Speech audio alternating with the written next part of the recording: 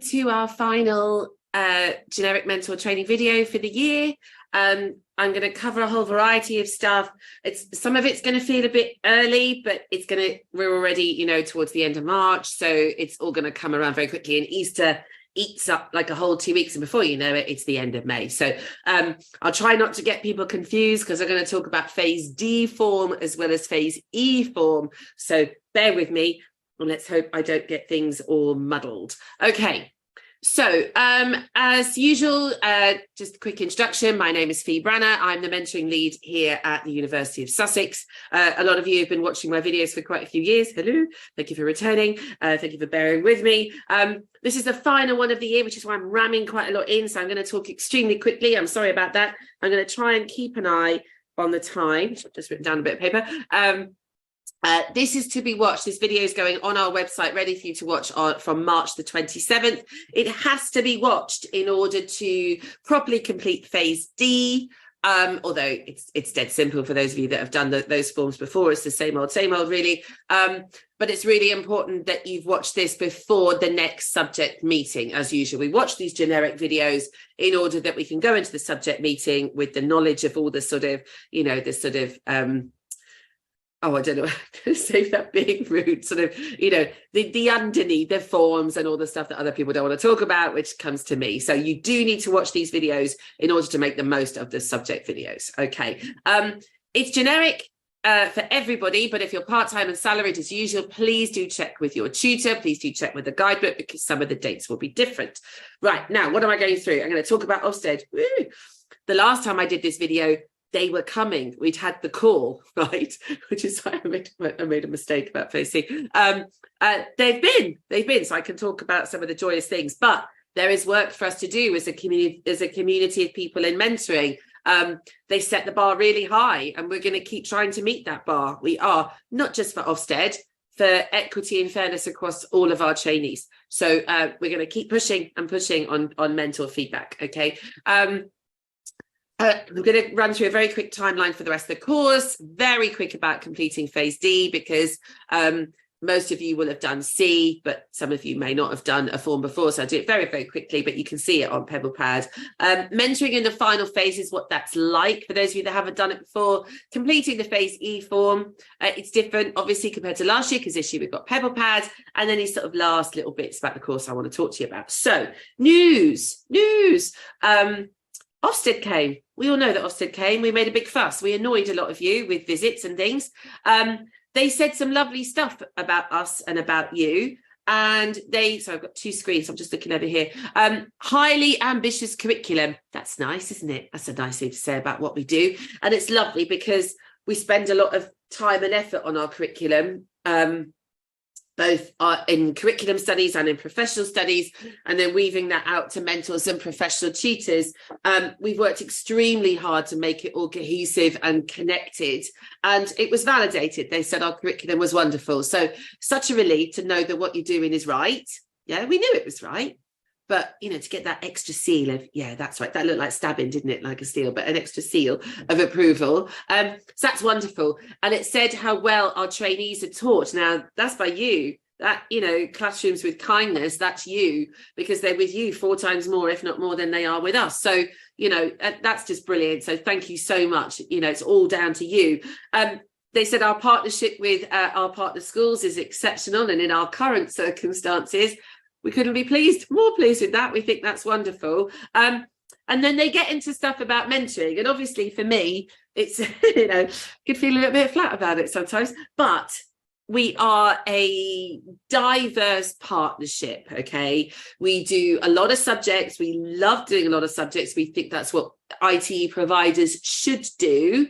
But the more you branch out, the more room you've got for inconsistency, don't you? And sort of grey areas and wobbly bits. So we do need to make sure that across every single cohort, we have the same level of quality provision going on when it comes to mentoring and mentor feedback. So we've got some targets from them, and I'll share the target with you when we come on to mentor feedback later. But we need to make sure that every single mentor that we work with understands what our purpose is, what we're looking for in mentor feedback, and that we strive to get it. Okay. So quick admin bits. You're watching this the week of the 27th, could be a bit later. It doesn't matter, so long as it's watched before you have your subject meeting. It's going to be Easter.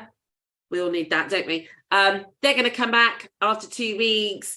Then the support plan deadline. Now, remember, these deadlines are incredibly important. It cannot be later.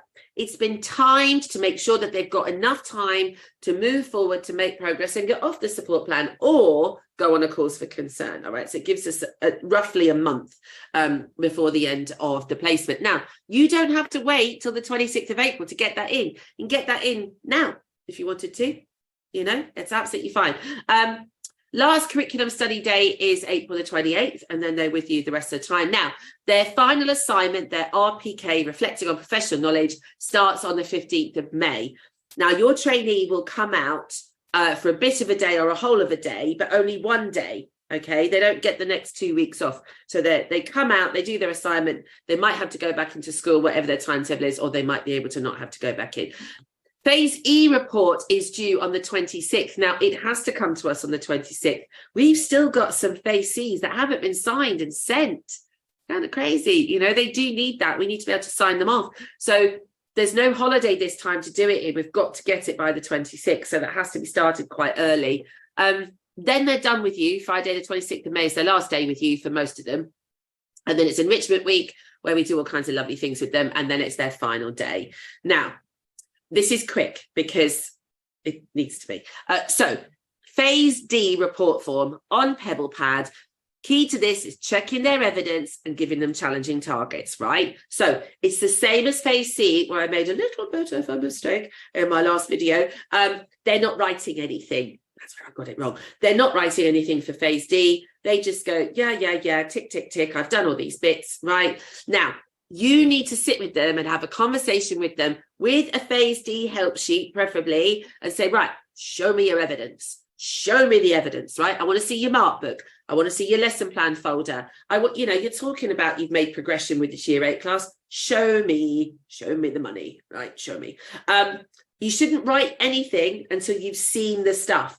You'll be doing them a massive solid if you look at their stuff, because they're going to need to collect all this evidence ready for their RPK and their qualified teacher status ratification, right? Now, a big plea from me to you.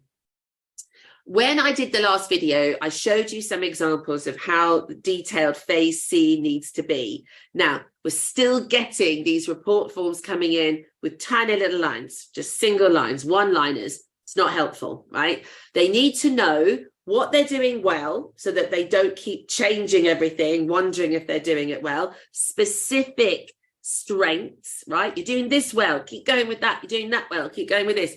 And specific targets, okay, with ways to fix it. Remember, we're doing non-judgmental. You're not giving somebody a grade. You're not saying, oh, they're really, just keep it to formative comments, right?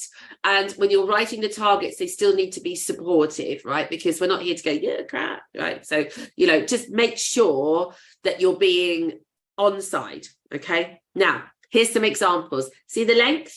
Yeah? It's a paragraph. It's not a line. It's not 3 words. It's a paragraph. They have to be a paragraph, okay? Please, please, please, please, please. When I looked at PebblePad today, I can do these reports and I could just see that some Phase Cs is just one line and then there's a lovely paragraph and then there's one line. If I was the trainee and I compared my PebblePad with someone else and I'm getting the one line, I'm like, oh, hang on a minute, you get loads written on you. I wish I had loads written on me. So please, for fairness, for equity, paragraphs, please, not just one lines. These are lovely. Use these as guidance. They're absolutely wonderful, beautifully tied to the CCF strands as well.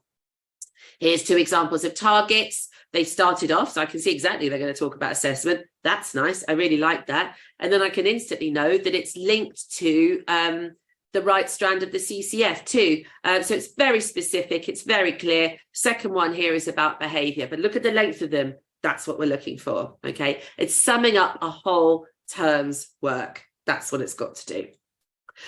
So remember, it's formative for Phase D. It's not summative. We're not using the teacher standards yet. I'm going to come on to that in a sec. Please use the CCF sheets. I had some mentors in the recent evaluation that said, I asked a question, as you know, do you have a good understanding of the CCF? Some mentors are like, no, I haven't got a clue what that is really. And then I'm saying, well, do you use the help sheets? And they're like, no, I don't. So use the help sheets in order to help you have a good understanding of the CCF. It's not optional, the CCF. It's statutory and mandatory, and it's about their entitlement. So if you're not using it and you don't have a good knowledge, they're missing their entitlement, and it comes back to equity. Every trainee has a right to have a mentor that has the same understandings as the other one, all right? It's only fair. So fly be free time, mentoring in the final phases. We've got Mork here, throwing his egg up, okay? Your trainee isn't going to splat. They're going to fly, okay? It's time to take the stabilizers off. It's time to remove the bumpers, right? Because life don't give you bumpers. So independent professionals, you know our models. I use these all the time. We shift that line. We're into reflection, okay? They've had their rejuvenation. They've had enough, right? Unconsciously competent and consciously competent, okay? We could move between them, right? That's where they should be. Doing it well and knowing why it's going well. Doesn't go so well, they know how to fix it. And they're in reflective teaching, not spoon-feedy, not survival. They do it, they go, oh, yeah, okay, I understand why that went wrong. I understand why that went right. That's where we're at. Now, phase E help sheets. Very little that with the support of, in conjunction with, it's I can do it, right? It's really positive. It's like we're sort of sports coaches now, right? You can do it, all right? Now, there's still a couple, the yellow blob there, where appropriate, we're still seeking guidance and counsel from others. But mostly it's, I can do this on my own. See me teach, okay? Please use those sheets when you're doing your mental feedback and when you're in your mental meetings. Now, remember, we talked about this in phase D, going into phase D. They are moving from trainee baby bird, right? Feed me, to I could do this on my own. Check out my prowess, right? So we move from you're going to want to do it like this to talk to me about how you're going to change that. Come on, tell me. I'm going to sit here, I'm going to shut my gob, and you're going to give me the answers. And I'm going to go, God, that's great. You worked that out on your own. Blooming marvelous. We've got to build their confidence now in phase E, ready to be on their own in September. If we make them feel like they really need our help and support, they're not going to feel like they're going to be able to fly alone. Okay, so I make no excuses to bring it up the same slide again. Ask, don't tell, right? But asking them what they think, they're giving us the answers. And we're going to take real pleasure in them giving us the answers, because if they're giving us the answers, we've done our jobs well, okay? If we're able to just go, well, tell me why were Joshua and Sophie not doing any work? Can you talk me through your planning? And, did you plan well for them? And then they'll talk you through their planning and go, oh, so where do you think you've missed an opportunity for adapting for Joshua and Sophie? And they'll go, oh, I didn't do this, I didn't do that, I had them sat in the wrong place, right? And now what are you going to do next lesson for them? Come on, talk me through your next plans. And then they'll tell you what they're going to do for Joshua and Sophie, okay? So coachy, not mentor, bro. Now, these questions, they're so, I made myself laugh when I write them, because I can't imagine any of you using them exactly the way I've written on here. They are for guidance, all right? So they're just as an aid memoir to go, I'm supposed to be asking questions, all right? They're not for you to sit there and go, good God, Fee, what situation do you think you had here? They're just, prompts, all right? They're not to be used verbatim, but they do make me laugh. They do make me laugh. But hopefully I've honed them so that they're slightly more useful to use them, but they're to remind you to ask the questions, okay? Now, they've got to, in order to take ownership, they need knowledge, right? So they've got to know what they're teaching. So please make sure you're letting them know what they're teaching, coordinate the other teachers on their timetable to make sure that they know which bits of the curriculum they're teaching when. Only then can they plan ahead. If they're only finding out 2 days before what they're teaching on a Thursday, they can't get in this, autonomous groove, and be independent. They should still be planning on a lesson plan. It might be the short one. They might still be on the long one, okay? If they're still not quite showing you the level of detail that produces good lessons, still submitted 24 hours in advance. Now, remember we talked about practical wisdom last time, phronesis, okay? If you've got a trainee that has some additional needs, right? And for example, trainees with ADHD find it very difficult to stick to this 24-hour rule, almost impossible. And what we end up doing is just beating them with this stick to go, come on, in teaching, you've got to do this. In teaching, you've got to do that. When they're actually a really good teacher, and if we took that rule away and just see how they get on, would that release them from some stress and they become a better teacher? The ultimate answer is they're the best teacher they're going to be. And if a rule is getting in the way of them being the best teacher they're going to be, let's get rid of that rule. Let's get rid of that rule. Talk to the tutor, discuss your new plans, right? But let's just make sure that this teacher can be the best version of themselves, and then the kids will do really well as a result. So a caveat to go with that about reasonable adjustments to their practice. Now, observations still happen every single week. Please don't stop doing that. I'm going to talk a bit about, I'm going to show you some really good strengths and targets that have come out in recent observations. We're looking at a coaching model. So you might want to zone in on a particular target to then coach them through the next week, right? So when you're writing your targets, think, how am I going to coach them through getting better with this over the next few weeks? So very specific wording, very specific actions. Don't forget that action bit, so important in the target boxes. The mentor meetings still happened. They're again still now very much in a coaching model. Use the focus that comes from the curriculum tutors each Monday. So this week for mine, it was a focus on RPK. It was talking to them about what particular aspect of pedagogy do you think you've really improved in over the year? Let's really drill down into that. Let me ask you questions. So try and link it to the focus if you can. Tutor visits are coming. They might have already started for you. They're being booked now. We're going to observe you observing the trainee. It's like one of those mirrors that goes on and on and on like this. We're observing you, observing the trainee, and listening to the dialogue between you and the trainee at the end. I do think we've got to get rid of that word feedback. I keep saying that to myself. I need to actually do it. Yeah. So that debrief at the end, that discussion at the end, we want it to be question-led, okay? We don't want a diatribe from you to them, giving them a list of what to do's. Led by the trainee with your prompts, okay? That's what we're looking for. So heads up on that. Use the help sheets, because then you won't make statements. You'll be reading some of my really weird questions, okay? So I look forward to seeing that. Now, a reminder. We are seeking consistency in a world of impossibility, okay? So it's not possible to reach a level of accurate consistency. As a scientist, that is just not possible in a world like this, yeah? With people and humans and children and schools, it's not possible. However, we can all be striving to meet our criteria with our lesson feedback. We just can, all right? So subject specific. Now, that doesn't mean subject knowledge per se. You might want to mention subject knowledge, but I read a feedback the other day where someone had written, well, their subject knowledge is great. I don't really need to fill in this box. But your subject has particular subject pedagogy, right? So teaching geography is different to teaching history, that's different to teaching English. And you will have noticed something in that lesson. It's like, oh, yeah, that's a really good way to teach that topic. I'm going to write that down as a strength. Or you've seen, hang on a minute, in science, in English, we teach it like this. And you need to teach it like this, right? So not just subject knowledge, subject pedagogy, right? Now, again, we're going to get rid of one-liners. We don't want one-liners. We want at least 2 sentences in each of these. It's got to say something. It's got to mean something. Now, the strengths matter because otherwise they go away and they go, should I keep changing everything? I'm not really sure what I'm doing well. Does matter. And having it in writing does matter. I know you're doing brilliant verbal feedback, but it's got to be on the paper as well, please. So clear and specific strengths, it's got to be 3, and they've got to be detailed. One of them is a subject specific one.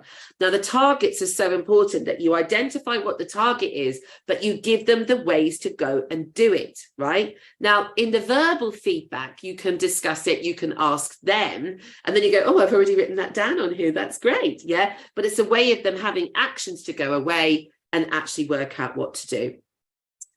Use the language of the CCF, either overtly. Some mentors are using a statement from the CCF and then writing underneath. Lovely, very clear that way. Or also, what's also nice is just implicitly. So they modelled well, they used questioning well, they used peer assessment well. So just linking it to the language that you'll see in those help sheets. The forms need to be complete, each box filled in, including those ticky boxes towards the end, and it does need to be signed. and they need to be handed in within 24 hours. Okay, that's really important. Now, here's 3 really good examples. Very different, but very good. The first one is magnificent, right? I know who wrote it, and I hope they're watching this. You're amazing as a mentor, okay? So this particular feedback, that trainee's going to go away and go, oh my God, I totally nailed this. I know which bit of my subject I have just taught the bomb. Yeah, I'm going to go away and feel brilliant about myself if someone's going to write something like that about me. And remember, we're building their confidence, ready to be autonomous teachers as an ECT. The second one is much smaller, but it's still great. It was a first lesson observation. And what the mentor's also saying here is, this is what I like. I like you to walk around. I like you to connect. I want you to connect with my children, right? It's lovely. It's not huge. It's lovely. And then the next one is just to show you that handwritten is absolutely fine. It's brilliant. I can tell it's physics because the word physics is in there. That's a win. I can also see an equation in there. That's a win. And I know that it's for a trainee, that physics is not their first subject. So they've gone away and thought, I know exactly which bit of physics I can now tick off in my subject knowledge audit because my mentors told me how clearly well I did it. It is about equity. If all I see in that first one is good questioning, I'm like, oh, what aspect of questioning? Was it open questioning? Was it named questioning? Did they do really good Socratic questioning? Was it questioning related to a bit of a subject? What questioning? Yeah. Be expansive, be explicit. Okay. And the same with the targets. All right. This is another really nice one where they've named students. Obviously, I've got to redact that CIA style. And then it's given them exactly what to do. And then again, down the bottom, these are wonderful. Again, down the bottom, we've got a science one where they want more wow, okay, about the reproductive system. And they're giving them advice to go and put David Attenborough in there. What better advice could you give anyone? And doing flower dissections. It doesn't need to be perfectly tight. Hand it over, warm, fresh, like a bread roll. Hand it over, okay? So we're all clear. Equity, consistency, and we need more detail. Right, RPK is the sister of APK. It's their final big assignment for us, the second of the 2, and it's all about reflections, all right? So it's going to happen. We've decoupled. It used to be that they did the assignment and they talked about QTS and the same thing. We've consciously uncoupled those so that we can deal with them separately. It's going to be better. It's a discussion by the ESC assignment, takes place middle towards the end of May. They have to discuss scholarship. And what they're going to do is pick a focus different to their APK, must be different to their APK, otherwise it'd be cheating. Pick a focus that they've made real strides with, they've made real improvements with since the beginning of their course. And they'll think of 3 episodes in this journey, and they'll talk about 3 episodes in this journey and weave scholarship and literature into it and talk to us for half an hour. Okay, it's a dialogue. We ask them questions. They'll also bring a teeny tiny portfolio, very, very, very small, of just the supporting bits of evidence that help their discussion. Okay, so that's what they're going to be working towards. We're launching it on March the 24th, which is after you're watching this. So that's happening right now. While I'm doing this. So launching it, and then they should know what they're doing and go away and work on it in their own time. Okay, now this is where you come in. Phase E report. So we're shifting now. We're all the way ahead in May, but this has to start quite early. Okay, we need to be starting it towards the end of April, really. Start thinking about it, which is very soon, I know.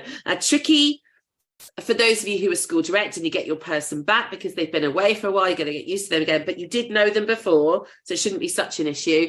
And for PGCEs, you've had them since February, so you should know them quite well. Now, we're changing tracks, we're changing direction.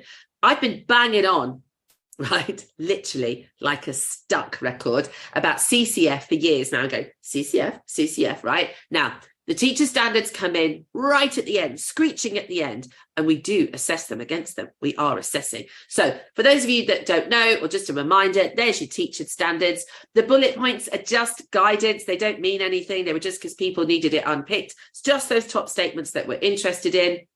Now, when it comes to the end, when it comes to phase E, the trainee's going to fill in a little bit first that just summarizes phase E, and it's just tick boxes, right? This is all on Pebblepad. Then they've got to discuss their journey against the teacher standards. Now, they're not necessarily used to them, because we're not allowed to talk about them until the end. It's weird, I know. So we're only allowed to bring them in towards the end. So they've got to get their head around them. Thing is, it's all right. It's exactly the same as the CCF. They've even got the same numbers. So it's really not going to be a big deal, okay? Now, so they do their ticky boxes for against the areas of intent just for phase E. And then they've got to think about their whole journey from A to E and how they are justifying being given qualified teacher status, right? That's what these statements are all about. You've got to prove in your writing that you've met Teacher Standard 1 to Teacher Standard 8 and Part 2 of the standards, okay? Now, in their righty bits, they'll write how they think they've met that standard. They will discuss the evidence they've got. They won't be uploading it in that bit. They'll just discuss the evidence they've got, and then they'll write themselves some targets for their ECT year for that teacher standard, all right? They're going to pop their evidence in another bit that gets checked separately in QTS ratification, okay? Now, this is what the ticky bits look like. So just tick, tick. Yes, I consistently do that. This is what they're going to be asked to do for the teacher standards bit. So progress, scholarship, evidence, areas of development, like I just said. And then you come in. Now, you cannot write this without checking their evidence. So that's why it's so important that you've done it in D, okay? Every box is essential. Please don't leave boxes. We need all this done on May the 26th. We haven't got time to be to and fro and going, you missed a box, okay? So essential box.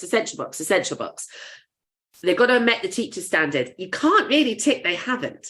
It's a bit of a weird one, okay? Because they would need to have been on a support plan and have some kind of complicated backstory. You can't just suddenly sit there and go, oh, have you, haven't you? Really, it's yes, they have at this stage, all right? But every box matters.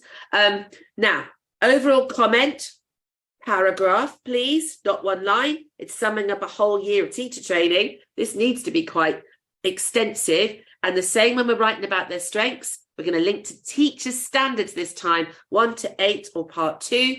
And you'll have to write 3 strengths and 3 targets, okay? Now, the areas of development, targets, will become their ECT targets that they take forward. So all of this will be public, right? Not super public, but it will be going to their next mentor. So let's be really clear and crisp in our writing about what your trainee needs to improve on as an ECT.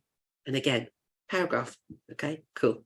Now, last things from me. Oh, I'm nearly on time. Amazing. Quality mentoring really does matter. I think we've been going on about this, and I've been going on about this now for years. It does matter. We could bust a gut at our end. Your professional tutor could bust a gut at their end. But the person that really makes a difference to the progress of a trainee is the mentor. That it's fundamental, all right? You're the difference between somebody really fulfilling their potential and not. And that's why we have to try and get a greater level of consistency across our partnership. There are extraordinary examples out there that I've shared today where mentors are going maybe above and beyond, but we need to all get to a certain level where our trainee is getting decent, specific feedback every single week to help them to move forward.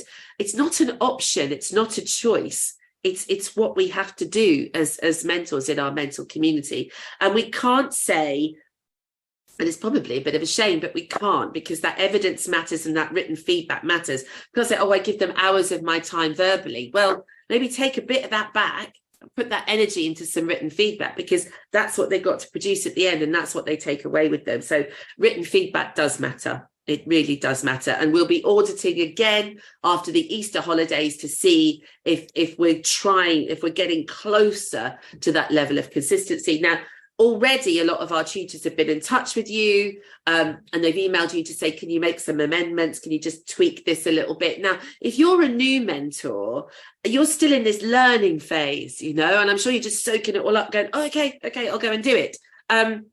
I think, if you're an experienced mentor and maybe you've got a little bit lost in the CCF, maybe you're harking after the teacher standards. Just talk to your tutor, just email them and say, I'm having a bit of problem with this, and I still don't get it, or I'm struggling for time. Have you got any advice about that? Whatever the reasons are, please get in a discussion with your tutor and ask how we can all reach that benchmark that we need of quality feedback. Our subject tutors will continue to contact you each week during phase E. Please try and link your mentor meetings or your curriculum through the week to our curriculum for the week. Now, obviously, we don't see our trainees very much, but we're still going to have a theme for each week. And we need you. We need you so much for everything, but we need you to come and do some RPKs with us. So please volunteer to come out of school. We will feed you well, I promise. There'll be cakes and bickies and good stuff. But we need you to be there. So it's it'll be a mentor in every. Sorry, I'm a tutor. Was a mentor. There'll be a tutor in every single RPK interview style assignment, and there's also a mentor. Now, it won't be your own trainee. You're not allowed to be in with your own trainee because it's an assignment, and you might sit there and go, "That's not how I thought that lesson went." So it has to be objective. Okay. So we need you to join in. We will pay your cover so you can get out of school for the day. Now, I know we tend to clash with an awful lot of exams, so it's not easy to get out. But if you can get out, we would be extremely grateful. We'll pay your cover, pay your travel. And please remember, we pay you to come to meetings. We pay you to watch this video. So don't forget to claim for coming to meetings and watching the videos. Our next subject meetings are the week of April the 24th. Lots of us are coming back in person on campus. We've already booked the coffee and the cake. So we really hope that you can join us in person. Some other subjects are doing it online. That's absolutely fine. But there are a lot of us coming back to campus again. What was I going to say about that? There was something about that. Oh, I can't remember. It's gone now. Claim your money, might be. Don't know. Oh, no. The focus is to review our curriculum in each subject and for you to give your inputs about what you would like, not to physically come and do inputs, but you might want to do that. But what you would like our curriculum to look like. What are we missing? What would you like more of? What would you like less of? All right. So it's a real chance for you to hone what we do at our end. Okay, bro. Remembered what it was. Now, contact me. If you have any queries or comments, please feel free to contact me. Now, obviously, I want you to contact your tutors. If you've got questions about your feedback, got questions about your trainees, you're always in touch with your tutor. But I want you to feel that you can contact me if there's a problem, if you're not sure about something within your subject group, if there's something, I'll just be out there, if there's something about the subject tutor you want to come and talk to me about. So, don't think that you have to wait to be given an evaluation to get in touch with me and say, I've got a bit of a problem here and I want it fixed, or I'm struggling with this, or I'm not sure about this and I'm not getting a reaction as quickly as I want from my tutor. So please feel that you can contact me. Your tutor is your first port of call and they're all awesome. So, but it's just if you feel I want to go somewhere else as well. I'm really interested in mentoring and I want to do more to do with it too, then please do get in touch with me. And I'm very, very willing to talk and email you back or have a Zoom or whatever. Okay. We've had a little bit of a change. So as usual, all the forms and stuff are on our website. We've got a new partnership coordinator. So welcome to Ola. And there's her email on the IT partnership. So that's where you get your claim forms done. Still Keith as partnership lead. So that's grand. And that's it for me, apart from to say a massive thank you again. We cannot thank you enough. You are an extraordinary group of mentors. You really are. And we really want you to stay again next year. We have had so many new mentors, and new mentors, you're all very welcome. Of course, you're welcome. But we don't want a whole bunch of new mentors again next year. We want the same mentors next year so that we can really start to build the mentor communities. We've been on shifting sands for 2 years with the ECT program. And now we'd like to solidify what we've got and keep a core team of IT mentors. So please, if you've enjoyed being a mentor, if you really enjoy this process, if you enjoy bringing up the next lot of professionals in your subject, get in touch with a professional tutor and stake your claim. I want to be here for next year. Okay. But thank you ever so much. Really appreciate all your work. And when you get to Easter holidays, have a great time. All the best, everyone. Bye-bye.